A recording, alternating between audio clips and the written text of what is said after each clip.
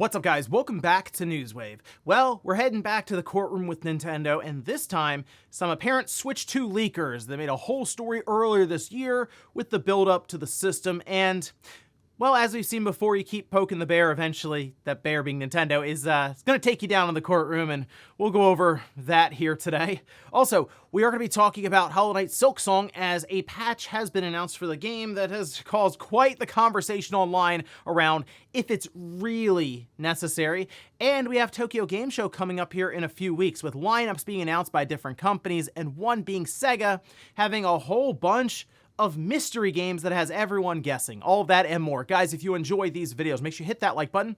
Helps out a ton. And if you're new here to the Spawnwave channel, make sure you subscribe down below. And of course, members for the channel do get Newswave early. If you would like to learn more about that, click the join button or link in the description down below. And we're going to start today with Panzer Dragoon 2 Remake. That's from Forever Entertainment. And it appears that it's heading for Tokyo Game Show as they made the announcement. We can see this over on Gematsu, where they say Panzer Dragoon 2 Remake will be available for PlayStation 5, Xbox Series, PlayStation 4, Xbox One, Switch, and PC through Steam and GOG for $24.99 when it launches. Now, they don't have a release date for it. However, they did say it will be playable for the first time at the Rainy Frog booth at Tokyo Game Show. So if you're heading out there, go check out the booth if you wanted to play it.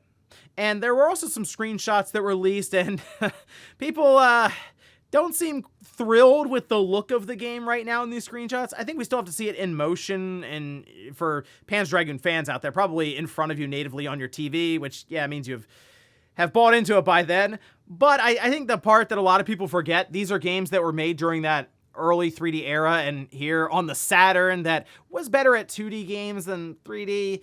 But it was a lot of blocks and triangles and stuff on screen. It left a lot up to the imagination. So yeah, when games come up to this more modernized time with the visual styles that are possible, yeah, it's going to then fill in the blanks for your imagination. You might not like what you see necessarily, but I guess we'll find out more at Tokyo Game Show in a few weeks as people have a chance to play it. Also, there was a recent video with Nate Fox from Sucker Punch and Ben over at MinMax, where they discussed all kinds of different things about Ghost of Yotei, which is cool. That's coming up here pretty soon. I'm excited to play that. But there were also some discussions around legacy franchises like Sly Cooper and Infamous, and the two questions I saw that kind of caught my eye, one being for Infamous, where Nate Fox was asked, would you mind if another studio decided to remaster some of those older titles that are still stuck on the PlayStation 3? And he just says, that'd be great. Like, that was it. Hey, that'd be awesome if someone would do that. So, to me, yes, 1 and 2, clearly, those Infamous games need a remaster. It doesn't have to be a remake, a remaster to make it available on the current platforms, and sure, even take advantage of the higher frame rates and better resolution and clean it up a bit there. But the other one had to do with Sly Cooper, and that was, hey, if you guys were now tasked to do a new Sly Cooper after Ghost of Yotei, how many people at the studio now would cheer about it and be excited? Nate Fox, frankly, said about 10%.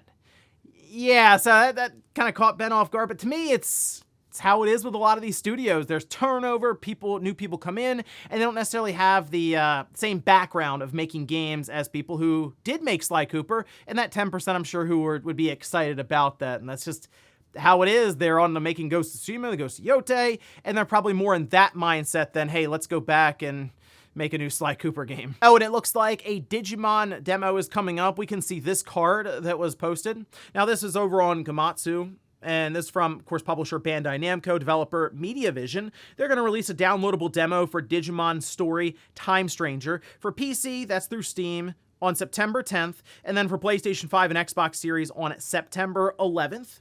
Now, this game is coming out October 3rd, and I've been in and out of the Digimon franchise over the last 10 or so years. Digimon Survive just did nothing for me, but this looks like it's going to be more, I guess, closer to the turn-based style games, I guess. So the demo's going to be there. Maybe I'll get a chance to check it out. There's a lot of games hitting right now, and I still have to finish up Hollow Knight before I get Borderlands 4 is coming up. I might check that out. There's a lot hitting right now, so if I get a chance, I'll check out Digimon. At least for me, it's not exactly the highest thing on my priority list, but the demo will at least be there for anyone who's interested. Make sure you check it out later this week. And guys, with some of the quick news out of the way, let's get into the bigger stuff. Let's start right away with, shockingly enough, Nintendo in the courtroom. Again, their second home. But here, instead of going after a person selling Make Switch adapters, They're actually going after a company that was very prominent in the build-up to the Switch 2, as they were showing up to major events like CES with 3D printed Switch 2 systems and accessories that would go on top of it, and it almost looked like at times they were showing off official Nintendo products and using terminology like their own direct presentation. They were flying very close to the sun, and of course Nintendo wasn't thrilled about that, so they did file a lawsuit, and now we seem to have a resolution around this. This, of course, being about Genki. Again, there's a lot of discussion about them early on with the 3D printed mock-ups. People were taking pictures even at some of these big events with them. And there was the stories going around where apparently there's some discussion behind the scenes of people at the events. They're like, yeah, you can buy a Switch 2 on the secondhand market if you know where to look. There was a lot of hearsay going on there, and again, isn't going to sit well with Nintendo. But we can see this over on Nintendo Life, and they say, now, according to official court documents, this is Oatmeal Dome, notice this, Nintendo and Genki have reached a settlement with Genki required to pay an undisclosed amount of damages. However, there's a bit more than just payment. Says defendant Genki represents and attests that it did not obtain access to any of plaintiff's Nintendo property, so including, say, an unreleased Switch 2 or any documents, files, consoles, or accessories relating, but prior to the plaintiff's first look trailer or official launch of the Switch 2. So, again, there was a lot of posturing and talk about that back then, but at least according to the court documents, sounds like that was not the case here. The parties have resolved plaintiff's claims in this action pursuant to a separate confidential settlement agreement, the agreement that operates in conjunction with this final judgment and permanent injunction. So, as I mentioned, it wasn't just about the money, as Genki is required to adhere to a certain set of guidelines when it comes to not only promoting their products, but also even the color schemes of them. So there are certain logos and names they can't use, which that means, as you'd expect, Nintendo Switch 2, the logos for those on their products, but they're also not allowed to use terms like glitch, glitch 2, Genki Direct, or Genki Indirect. Wow, they covered all the bases there with that. I mean, they were using Glitch and Glitch 2. That was kind of mentioned before, and that's close as, again, Switch 2. But I like the Genki Indirect. It's like, can't do that, okay? So they held their own Genki Direct, really, like a while ago. So again, you can kind of see where Nintendo wasn't thrilled about this and how they figured, oh, this is making you guys look like you're official partners with us when you're not. Now, they also have to refrain, I should say, from those specific color schemes, so things close to Nintendo. Think about the reds and the white and stuff. I mean, I guess even some blue thrown in there.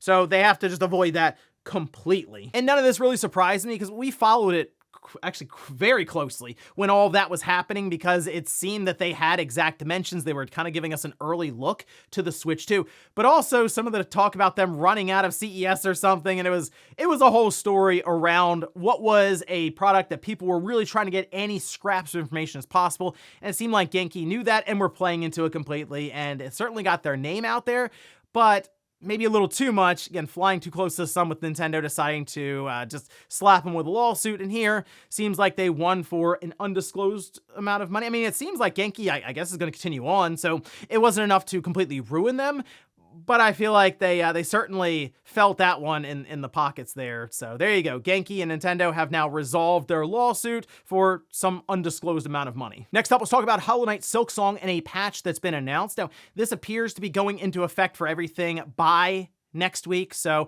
it's almost like a staggered release. I think it was mentioned it's going to PC first and then consoles, but either way, within the next week, you should see this patch being completed across the board. However, we can see this is posted over on the Steam message boards from Team Cherry, the official developer account there. And they say details below on the upcoming post-release patch is 1.0.28470. You'll know what version you're on when you're at the main menu and you look. I think it's the bottom left. There is the version number there. So you can kind of match it up here to see exactly when you get it, especially if you leave your system on or in rest mode or whatever, the patch could be applied automatically. So while there are bug fixes here, which as I was reading through, I'm like, yeah, okay, that makes sense. Things that people are finding and then providing feedback with. So here, I mean, that's good to see because it seems like they're very quick to adapt and get these fixes out there, as I'm sure people are running into this and just leaving bug reports or notes. However, one, you could say, bug report is the difficulty almost, as people are complaining about it quite a bit online, even to the point where some have made patches for PC to where it knocks down the amount of damage that some of these bosses are doing, specifically the opening bosses, the first handful of bosses, I should say. Well, it seems like Team Cherry themselves have decided to do that, as there are difficulty patches here. So, for example, slight difficulty reduction early game bosses. They have Morwing and Sister Splinter. And I mean, I beat both of those bosses, and I don't know if either of them were it felt like they were game breaking to me. All right. They were difficult. It's not like I'm like, oh, I beat it first try, no issue. No. You play through them a few times, you get their patterns down, and eventually you beat them. But it wasn't to the point where I, throw in the controller, I give up, and they're playing this again. But I guess for some, that was a situation. And look, here's the thing. There are going to be many people who pick up Hollow Knight Silksong off of the hype factor alone and then go, oh, what have I gotten myself into? Which I guess in that case, at least it was a $20 purchase instead of like a $60 or $70. But it's not going to feel great when the first boss starts slapping you around and you give up after an hour, maybe. Okay, so I guess you can think about it this way. Hollow Knight Silksong was originally planned as just DLC. So if you were coming off of just Hollow Knight, you're probably already in the mindset of what this game is going to do right out of the gate, so it would make sense for it to be more difficult then. Very similar to how we have Elden Ring, that DLC, right, Shadow of the Erdtree. That was difficult right out of the gate because they figure you've already been playing through Elden Ring, you know the mechanics, you're good to go here, and you had to do some other stuff to collect different power-ups to make your person stronger in that specific area. But still, it makes more sense there as opposed to, here's new game, and it's going to be punishingly difficult right away, especially for newcomers. So even Team Cherry is seeing this and going, we don't want people to bounce off this game in the first 30 minutes to an hour, so let's tone it down a bit, at least for the first couple of bosses here, as people get acclimated to the game and the mechanics and the combat itself, and then they can go through and run into some of these other, we'll say, more annoying and difficult bosses. Again, I haven't run anything game-breaking yet, and in fact, there was the judge that I somehow locked in and beat the third try. I don't know. It just happened. So occasionally that does still happen, but then you'll run into bosses that run you through the ringer, and then you have to do the run back. That is really annoying. Otherwise, though, having a lot of fun with it. Next up, let's talk about SEGA at Tokyo Game Show, because we did see some of their lineup here, and there were a few things that caught people's eyes, specifically bunch of coming soon squares. You can see this here. Now, otherwise, they have Sonic Racing Cross Worlds, Virtua Fighter 5, Persona 3 Reloaded, Persona 5 X. Okay, great. But then 4 coming soon squares, and everyone's now taking guesses as to what SEGA is showing up with, because you figure these are games that are going to be revealed leading up to Tokyo Game Show. And so here's the deal. Okay, now we've had this happen before where ahead of Tokyo Game Show, RGG had an event and they showed off games that weren't announced yet, and then boom, all right, now we're going to head into Tokyo Game Show and talk about them more and showcase them. So we believe that there is a Nintendo Direct happening this week, all right, is what I'll say. It's very possible that there are a few games there. Maybe there's an announcement ahead of time, or maybe they make an announcement just at Tokyo Game Show and it fills in one of these squares. Okay, so a few guesses here. The obvious one would be something from RGG. It could be a spin-off for Like a Dragon. It could be something like a Judgment, or really anything at this point. RGG is just making games left and right. It's pretty consistent turnout there. So it wouldn't surprise me if you had another one of their Pirate Yakuza in Hawaii or whatever. Something like that maybe show up. It's also the potential for the next Virtua Fighter game that we've seen here and there. Maybe they fill in one of those cards with that. I was thinking about maybe some of these revival games that we keep hearing about. We just saw Shinobi release, and it's a very, very good game. Could this be the time where they have Jet Set Radio make its revival and appearance at Tokyo Game Show? I think that would be awesome. Persona 6 is always out there, and I'll name it just in case, because look, Tokyo Game Show makes sense for a lot of these kind of games, like a Persona, as you already see 2 of them set up for their lineup. And I know that's like, wow, it's Persona overload.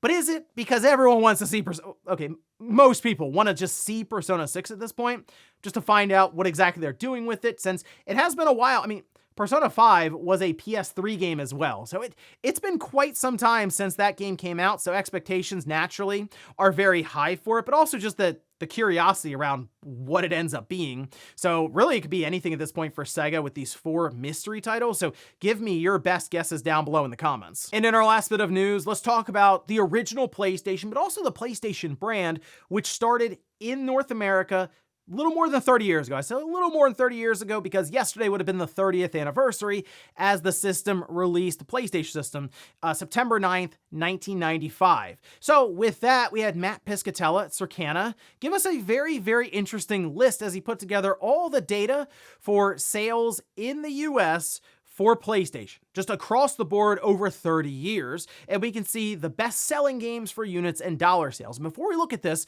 I want you to think about the entire history of PlayStation, and that includes third-party games as well, but think about those games and then go, okay, which games do I think would make the top 20, and where do I think they'll be placed for best-selling, revenue, and units? Okay, you got that in mind? Let's take a look at the charts. Okay, so at the top, yes, Grand Theft Auto 5. There you go, Grand Theft Auto 5. That's the one for either. And then on dollar side, it's Call of Duty Modern Warfare 2019, Red Dead Redemption 2, Modern Warfare 2, Black Ops 6, Cold War, then Minecraft, then Black Ops 3, then Grand Theft Auto San Andreas, and then Guitar Hero 3 Legends of Rock. Those are the top 10. Now you can go down to Spider-Man and then Spider-Man 2 and be like, and then Miles Morales, okay, well, Sony made the game, but it's not their IP technically, so yeah, you kind of see what I'm getting at. For dollar sales in the US, there's no first-party Sony game in the list, which is crazy to think about. But that also really shows the power of third-party games, but also the power of the casual market, because when you get out of the top 10, we already listed a bunch of Call of Duties in that top 10. Go past Spider-Man, it's another wall of Call of Duty, guys. 12 to 17. Black Ops 2, Black Ops, WW2, Black Ops 4, Modern Warfare 3, and then Modern Warfare 3. Yeah, you know, there was a remake of Modern Warfare 3, so that was 16 and 17. Yeah, that's, I think this list caught people off guard because like more than half of it is Call of Duty. Anyway, on the other side with units, there is at least a fully owned PlayStation game here with The Last of Us. That was coming in at 13, but otherwise it's once again a lot of Call of Duty. And then Grand Theft Auto 5, which, as we kind of expect across the board, it was just one because it sold so many copies for so long. And it's like, that's most of the, not most of it, but a lot of the PlayStation's existence. Grand Theft Auto 5 was kind of there. I mean, it's been 12 years, so there you go. But that's, again, it seemed to surprise a lot of people how much of the casual market moves the market. I think we believe, and I talked about this on a recent podcast, Sacred Symbols Plus, where we were discussing kind of the market conditions and where we are with everything.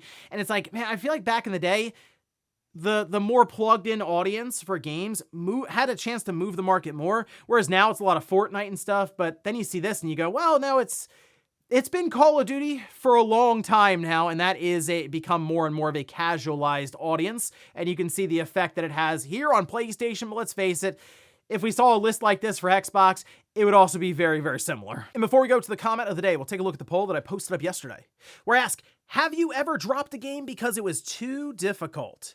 26% say no, 74% just say yes. And yeah, I mean, look, life's short, right? I mean, I see people say in the comments, you know what? I don't really play games to be frustrated and hit my head against the wall constantly for a game that's just punishingly difficult.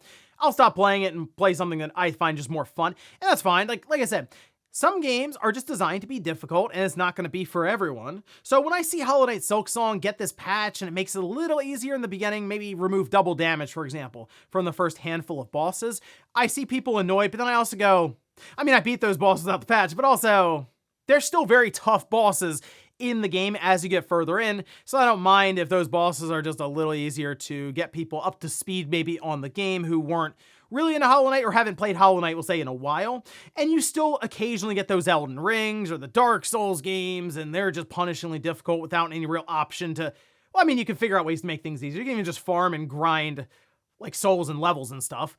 But this happened a lot for me back in the day. Renting games during the 16-bit generation especially, you would run into some games where it was very, very obtuse or just difficult. Like, one was Batman Forever, and I got stuck in the first, I'm not even kidding, 30 minutes because I didn't know you had to shoot a grappling hook up into the the raptors, and like that was it. That was the end of the game for me. And, you know, I never figured it out until way later, till I looked back on it. I think it was on YouTube one day. I'm like, that's what I had to do, was shoot a grappling hook up. And apparently I have to press start or select or something. It was a whole thing. So yeah, anyway, the difficulty thing, I get. There's so many games to play. It's like, why spend hours and hours grinding away on a game on the same boss when you could probably play a game that's, for you, a bit more fun? And we'll finish up with the comment of the day, as you're seeing here. This is from Nicholas, who says, there's no way Hollow Knight Silksong will get 100% on Metacritic, but if it does, it'll be historic and practically be handed the Game of the Year award. No, so it's already dropped, and, you know, again, as I'm playing Silksong, I want to preface this by saying, I think the game's very fun, and I'm enjoying it, and the bosses are a big highlight. Like, I'm getting a kick out of some of these bosses, but man, the runbacks are just bad, and it's weird, because it doesn't really have to be. They can place more benches, they can place them with a bit more thought in mind. It's almost like they didn't necessarily like play test all the different positions of it and like, okay, what's the run back look like here versus if the bench was there, or what if we had a better shortcut? There's so many things that I think could be done better for if you die to a boss, getting back to it, because you do want to try the boss again, but then also if a run back is 2 or 3 minutes through some really annoying areas, you might go, you know, I think I'm done for tonight. That might be it for me. I don't really feel like doing the run back again. Whereas if it was right there in front of the boss, like, I'm gonna take another shot at it. And that's supposed to be the loop. And the exciting part is the boss that's very challenging. You're learning the pattern, not trying to run through some really annoying obstacles and enemies just to get back to that punishingly difficult boss. And ladies and gentlemen, that's gonna do it here for Newswave. If you enjoyed this video, guys, hit that like button. If not, hit the dislike. Leave comments down below about everything we talked about here today. If you missed yesterday's Newswave, I'll leave it up here in a card, or maybe you wanted to hear about one of the most hated controllers of all time, this coming from Microsoft. I did a video on that. I'll leave it right below it. Thanks guys for watching, and I'll see you next time.